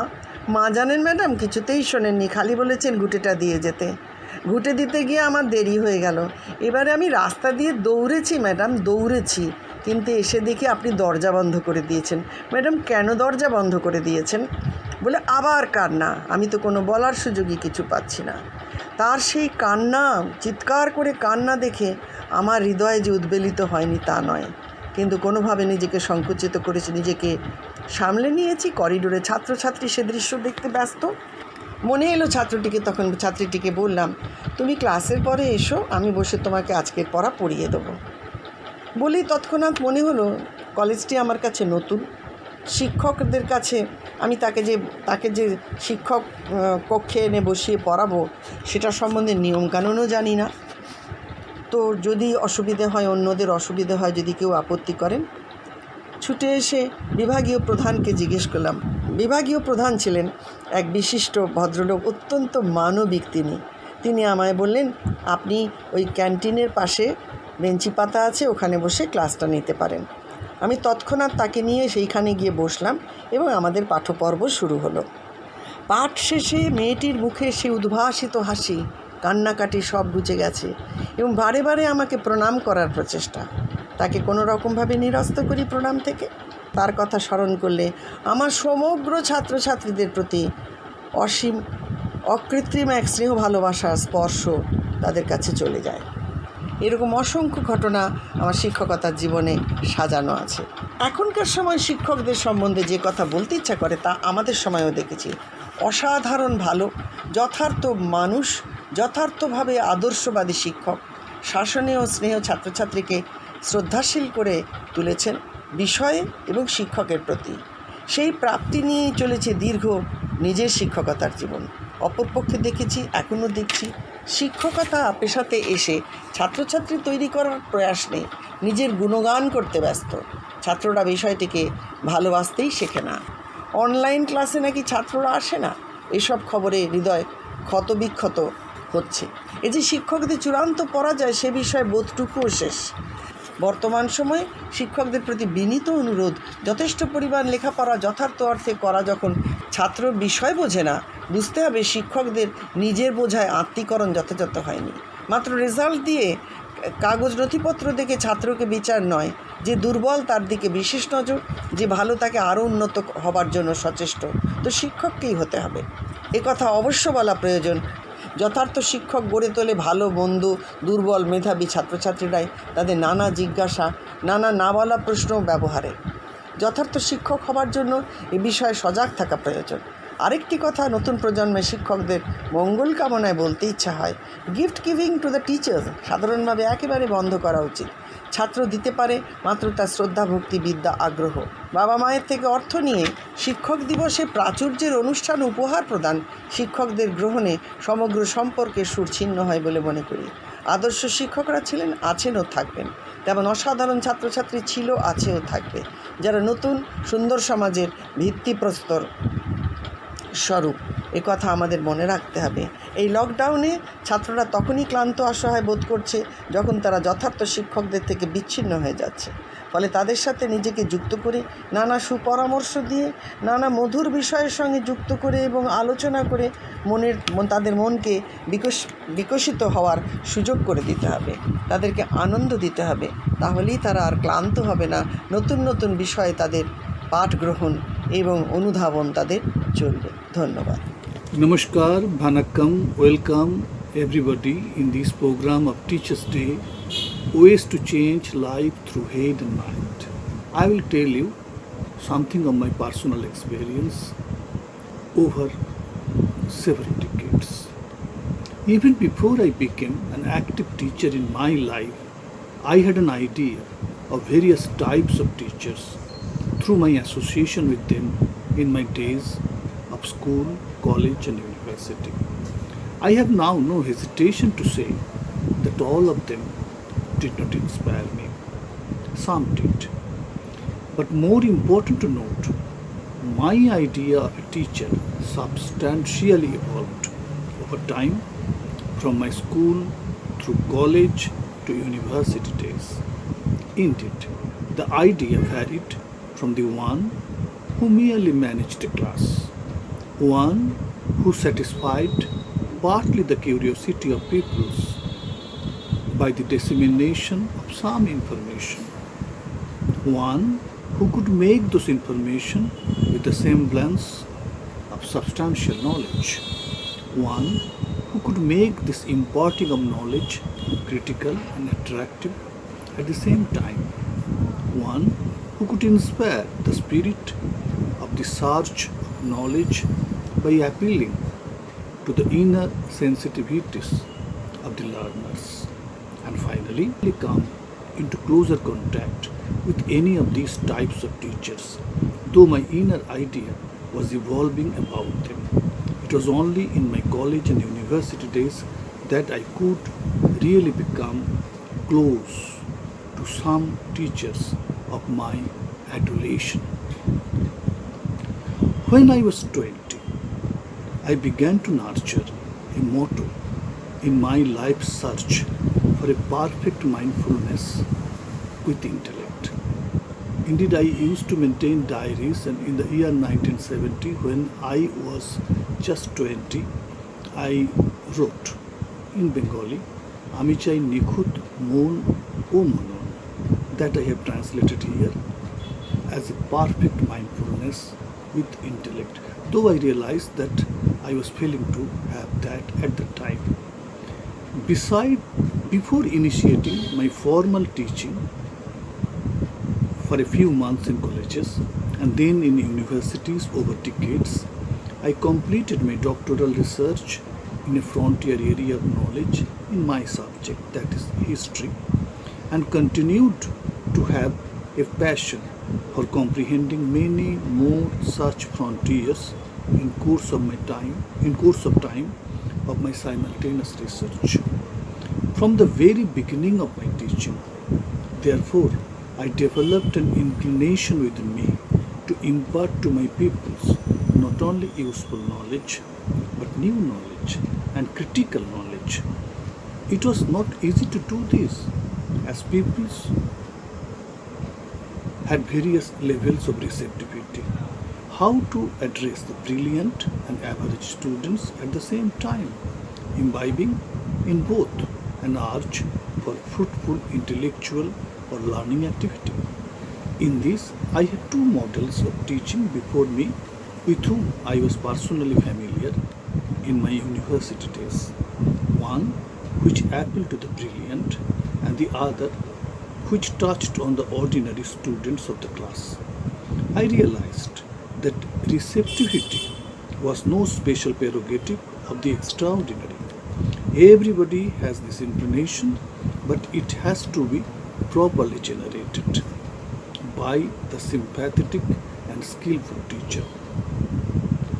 The teacher should develop this art by his or her own way of appealing through the head with a system of expression which is simple but incisive, tolerant of other views but provocative, making teaching comprehensible to all without compromising the rigors of the discipline, thus seemed to me a real challenge. Simple words of explanation were not all that easy. At once, I realized my own success and failures by doing it through head or intellect only, the one who could transform the mind of the people. My failures taught me new lessons of teaching.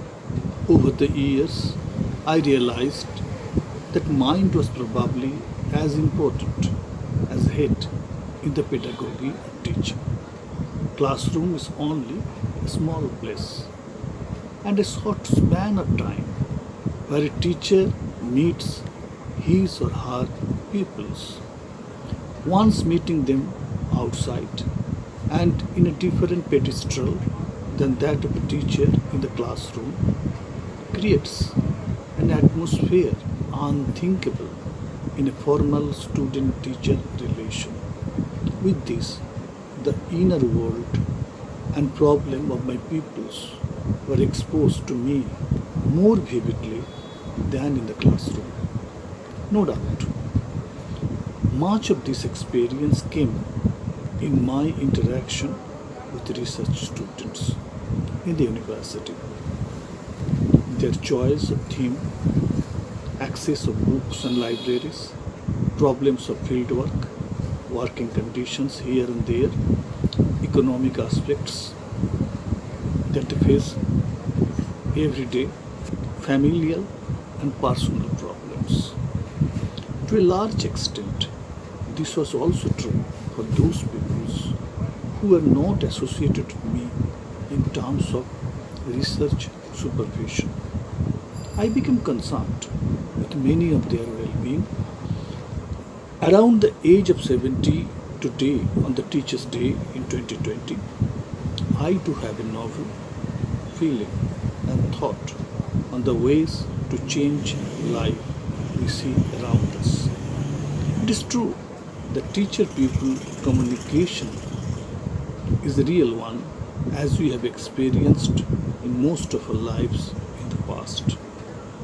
But this may continue even in a virtual world as it has developed in the 21st century, whether earlier in the 20th century or in the earlier decades of the 21st century or in the post-COVID-19 days.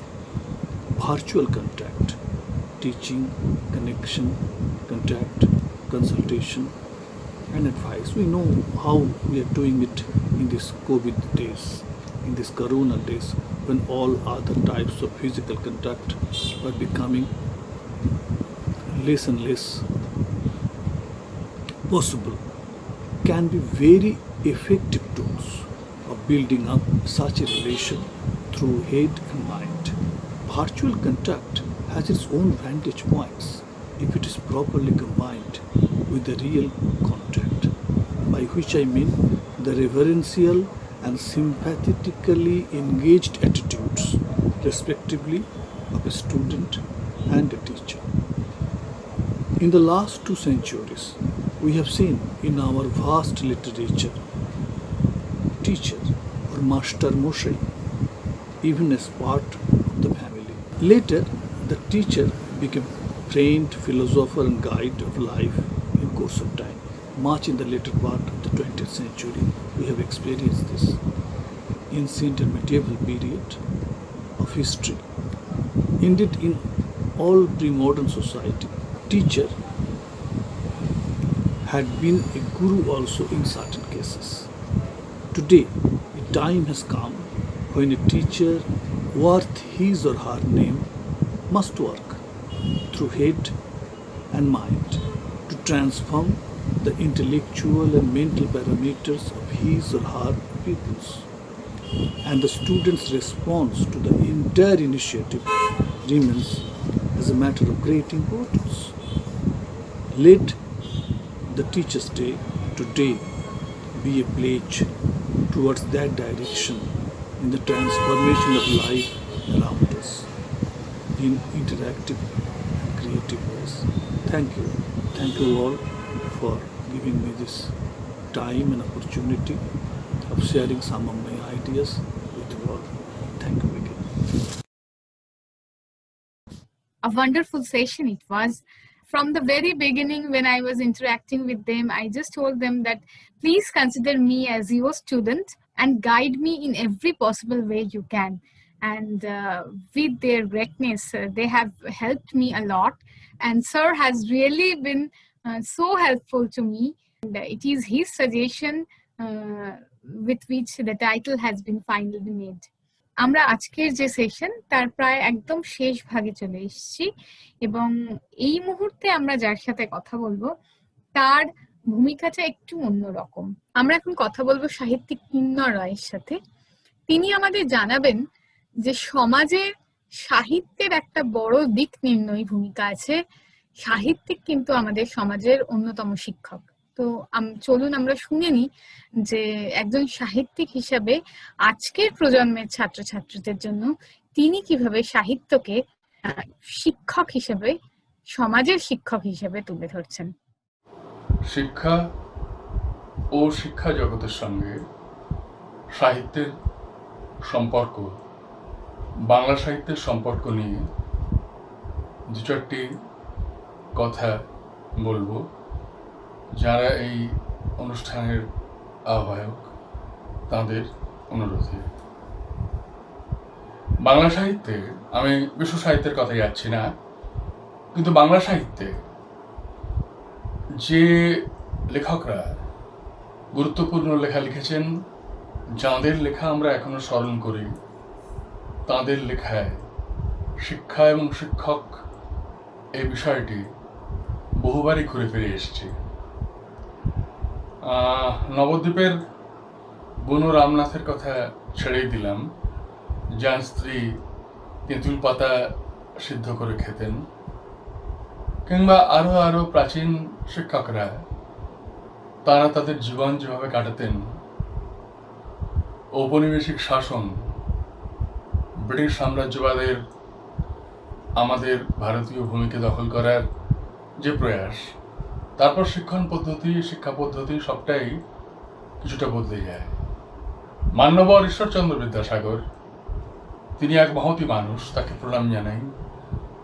তিনি বাংলা শিক্ষা পদ্ধতিকে এক নতুন জায়গায় নিয়ে যান। তার মধ্যে উপনিবেশের ছোঁয়া হয়তো ছিল, কিন্তু বিদ্যাসাগর তার স্বনির্মাণে সেই ছোঁয়াকে অস্বীকার করেন, নির্মাণ করেন এক নতুন শিক্ষারীতি।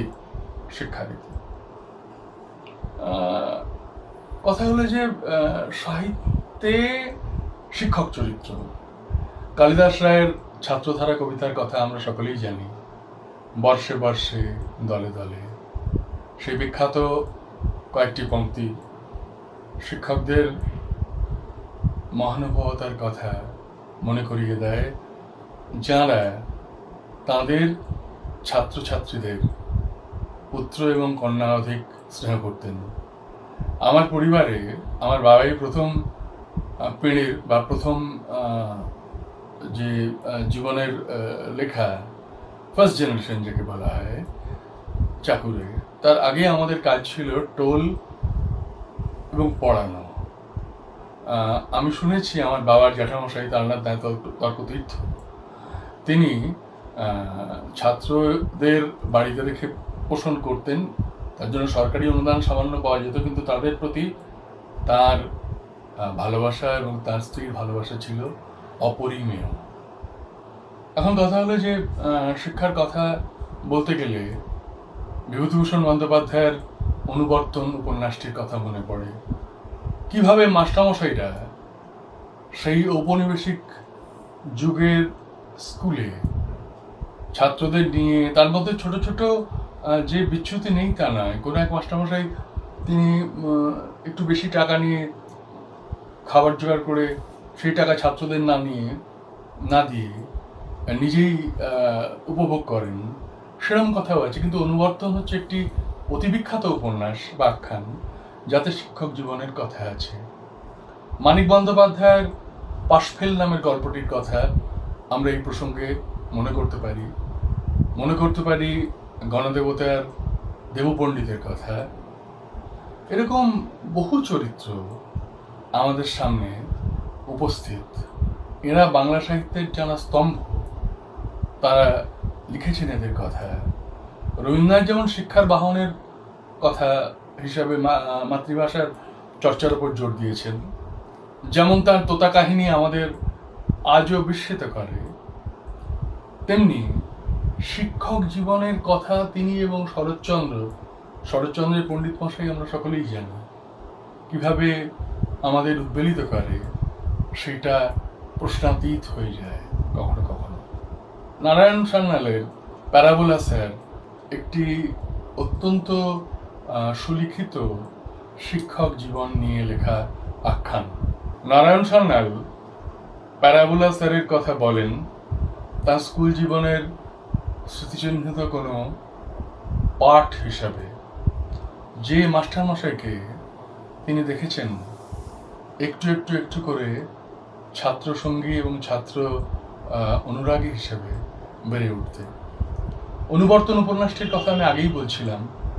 এই আখ্যানে বিভূতিভূষণ বন্দ্যোপাধ্যায় ঔপনিবেশিক ভারতবর্ষের যে শিক্ষা ব্যবস্থা, মাস্টারমশাইদের যে বাঁচা না বাঁচা, বেঁচে থাকার যে দিনযাপনের কষ্টকর লিপি, তা অনেকটা ওই প্রাচীন বুনো রামনাথদের মতোই যেন বলে যান অনায়াসে।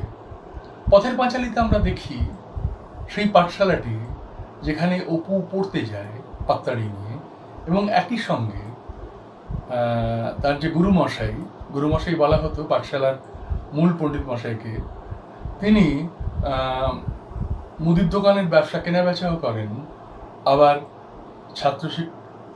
ছাত্রদের পড়ান, তাদের শাস্তি দেন, এবং একজন সর্দার পড়ুর ওপর নির্ভর করেন তিনি। এই ছিল আমাদের পুরনো পাঠশালা রীতির যে বিবরণ, তার একটা অংশ বিশেষ। বিভূতিভূষণ অত্যন্ত সৎভাবে, অত্যন্ত কুশলী একজন কথাকার হিসেবে এই বিষয়টিকে গণ্ডিবদ্ধ করেন, আবার গণ্ডি মুক্তির কথাও তিনি বলেন। আমরা পথের পাঁচালীর অভিনিবেশে যখন পাঠান্তরে যাই, তখন এই পাঠশালার কথা আমাদের মনে পড়ে যায় বারবার। সত্যজিৎ রায়ের সেই হীরক রাজার দেশের কথাও আমরা জানি, যেখানে পণ্ডিত মশাইয়ের কথা এবং পণ্ডিত মশাইয়ের আনুকূল্যে, প্রেরণায় বলছি না, মানে পণ্ডিত মশাইয়ের আন্তরিক ইচ্ছায় ছাত্ররাও বিদ্রোহী হয়ে ওঠে। উদয়ন পণ্ডিতের পাঠশালার ছাত্ররা বিদ্রোহ করে হীরকের কোট আনকোট ভগবান, হীরকের রাজার বিরুদ্ধে। রাজার মূর্তি ধরে, রাজার অবয়ব ধরে তারা টান দেয়, দড়ি ধরে মানো টান, রাজা হবে খান খান। আমরা সবাই দেখেছি সিনেমায়। ফলে এই যে শিক্ষকরা একটা বড় ভূমিকা পালন করছেন। নারায়ণ গঙ্গোপাধ্যায়ের লালমাটি উপন্যাসে এরকম শিক্ষকের কথা আছে, এবং তারা অধিকাংশই স্বদেশব্রতী। পরাধীন ভারতবর্ষে তারা স্বদেশিকতার কথা ভাবছেন, হয় গুপ্ত সমিতি করছেন প্রত্যক্ষ বা পরোক্ষভাবে, নয় কংগ্রেসের অসহযোগ আন্দোলনে যোগ দিচ্ছেন। মাস্টারদা সূর্য সেন, তার কথা আমরা সকলেই জানি। তিনি চট্টগ্রাম যৌব বিদ্রোহের প্রধানতম মানুষ, যিনি এই আন্দোলনকে এগিয়ে নিয়ে গেছিলেন। মাস্টারদা সূর্য সেনের নামই হয়ে গেল মাস্টারদা, শুধুমাত্র তার শিক্ষকতার কাজ অনুযায়ী এগিয়ে যাওয়া। এই বিভিন্ন চরিত্র, ফলে অনুবর্তন উপন্যাসের কথা যখন ভাবি, যখন মানিক বন্দ্যোপাধ্যায়ের পাশফেলের কথা ভাবি, যখন প্যারাবোলা স্যারের কথা ভাবি, তখন আমাদের মধ্যে একটা অন্যতর তরঙ্গ তৈরি হয়। অনুবর্তনের যে পৃথিবী, সেই পৃথিবী তো আজকে নেই, কিন্তু ঔপনিবেশিক ভারতের শাসনের যে ছবি এবং শিক্ষার যে ছবি বিভূতিভূষণ নিখুঁত তুলিতে আঁকেন, তা আমাদের কাছে একটা শিক্ষণীয় এবং আদর্শ হিসেবে উপস্থাপিত হয়। ফলে শিক্ষা জগতের সঙ্গে সাহিত্যের একটা সমীকরণ এবং সম্পর্ক অত্যন্ত নিবিড় এবং গভীর। আমি সেই সম্পর্ককে একটা অত্যন্ত সংক্ষিপ্ত রূপরেখায় দেওয়ার চেষ্টা করলাম। এর বাইরেও অনেক চরিত্ররা আছেন যারা গল্পে, উপন্যাসে, ছোট আখ্যান বড় আখ্যানে জেগে আছেন নিজেদের মতো। আমরা মনে করি এই বিষয়টিকে নিয়ে আরও বেশি আলোচনা, আরও বেশি আবিষ্কারের করার কথা ভাবা উচিত। অনেক ধন্যবাদ কিন্নর রায়কে। তিনি অত্যন্ত সুন্দরভাবে বিভিন্ন সময় তথ্য দিয়ে, বিভিন্ন চরিত্রের উল্লেখ করে যেভাবে বোঝানোর চেষ্টা করেছেন, আমার মনে হয় আমার যারা নতুন প্রজন্মের ছাত্রছাত্রী প্রত্যেকেরই আজকের পর হয়তো একটু বিশেষ ইন্টারেস্ট তৈরি হবে গল্পের বই পড়ার জন্য। So we are almost at the end of the program. To all the viewers, especially to all my young students, I wish you all the best. Please follow all the suggestions by the experts. And now we are almost at the end of the program. We would conclude the program with a small narration from a teacher appealing to her beloved students. And after this narration, all the words would be small enough. So before we go to that part, I would like to sincerely thank all the speakers over here, and I pay my humble respect to all of them. I just want to remind one more time, please wear mask, please maintain social distancing, be safe, be healthy, maintain the guidelines, but don't panic. Thank you. Good night. নমস্কার। না না, এ কোনো গল্প নয়, গল্প লিখতে পারিই না। এ আমার শিক্ষিকা জীবনের কথা। শিক্ষকতার প্রতি শ্রদ্ধা আমার ছোট্টবেলা থেকে। শিক্ষক হওয়া ছাড়া আর কোনো পেশার কথা ভাবিইনি কখনো। শিক্ষক বাবার মেয়ের এমন ভাবনা অস্বাভাবিক কিছুও নয়। আমি স্কুলে চাকরি পাওয়ার পর বাবা বেশ মজা করেই বললেন একদিন, 3 পুরুষের শিক্ষক আমরা, এটাই বলবি। শিক্ষকতার অহংকার বুঝতে অসুবিধা হয়নি সেদিন। শিক্ষিকা হিসাবে আমি সফল না অসফল সেটা অবশ্য আমার ভাবার বিষয় নয়, সেটা জানে আমার ছাত্রছাত্রী। আমি শুধু জানি আমার অহংকার আমার ছাত্রছাত্রী। কিন্তু আজ হঠাৎ এসব কথা কেন বলতে বসলাম? আজই তো একটা পোস্ট দেখতে পেলাম। কোনো একটা সংবাদ সূত্রে বলা হয়েছে অনলাইন ক্লাসে শিক্ষককে ছাত্রছাত্রীরা হেনস্থা করছে। কেন? শিক্ষকের ভুল, তিনি অনলাইন ক্লাসের ব্যাপারে সড়গড় নন। ক্লাস নেবার সময় ক্যামেরা কেঁপে গেছে। শিক্ষক কেঁদে ফেলেছেন। আশ্চর্য! শিক্ষক ছাত্রছাত্রীর সম্পর্ক সত্যি কি শেষ? এত ধৈর্য হারা একালের ছাত্রকুল, এত অস্থির যে তারা নিজের স্কুলের শিক্ষককে হেনস্থা করেই খুশি হয়। এই অবস্থা কেন, কারা দায়ী, এ নিয়ে অনেক বিতর্ক, অনেক আলোচনার অবকাশ আছে, তিক্ত কথাও আসতে পারে। কিন্তু শিক্ষিকা হিসাবে এরকম ঘটনার কথা জানতে পারলে আগে আমার কষ্ট হয়। এ ধরনের খবর ছাত্রছাত্রীদের থেকে দূরে সরিয়ে দেবে বলে, এটাকে বিচ্ছিন্ন ঘটনা বলে ধরে নিয়ে ভালো অভিজ্ঞতাগুলোকে মনে আনি। 21 বছর স্কুলে পড়াতে পড়াতে কম ছেলে মেয়ে দেখলাম না। মনের মণিকোঠায় ধরে রাখার মতো মণিমুক্তর অভাব নেই। একটা ছোট্ট মুক্ত তুলে নিলাম। গলার সমস্যায় ভুগছিলাম গত বছর থেকে। গলার বিশ্রামী মুক্তির একমাত্র উপায় ডাক্তার সাফ বলে দিয়েছেন। কিন্তু শিক্ষিকার গলার বিশ্রামের উপায় কোথায়? নিজের কর্কশ কটু কণ্ঠস্বরে নিজেই বিরক্ত, ছাত্রছাত্রী তো বিরক্ত হবেই। রোজ তাই প্রতিটা ক্লাসে নিজের অবস্থার কথা অপারগ হয়ে ছাত্রছাত্রীদের বলে তবে পড়ানো শুরু করতাম। তাতে খুব যে তাদের দমিয়ে রাখা যেত তা নয়, বরং এই তো তাদের কথা বলার মোক্ষম সুযোগ। তবু এরই মধ্যে এক ছাত্র একদিন বলল, আন্টি, গরম জলে গার্গেল করবেন, কমে যাবে। শুনে হাসলাম।